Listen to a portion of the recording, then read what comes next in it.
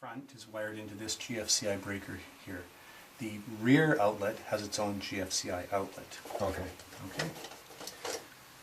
So we've reset that. 100 amp is your main disconnect. All the breakers are out, which is the on position. And right now it looks all full. Circuits. All the breakers have wires. So I'm checking the size of the wires compared with the breaker. And we can see here, you have a 40 amp breaker for the stove. You can see the 8 gauge wire. Here you've got a 40 amp breaker for the dryer with 10 gauge wire. So that 40 amp breaker should actually be 30 amp breaker. Okay.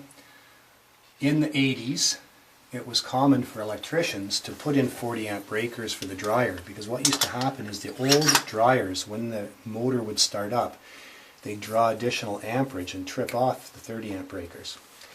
It's still oversized, so right. It should be put back, and if you know now, the technology's better. When the motors start up for the dryer, it doesn't draw as much amperage. So changing out that breaker, fairly easy job. Air conditioning breaker is okay. All the rest 15s for plugs and lights are good. The ones with the bars, those are split circuits. See the silver bars? Yep. Those are for your kitchens. So the top of the outlet and the bottom of the outlet are on separate breakers. Okay. So you can have your toaster, kettle plugged into the same outlet, and you've got a lot of power.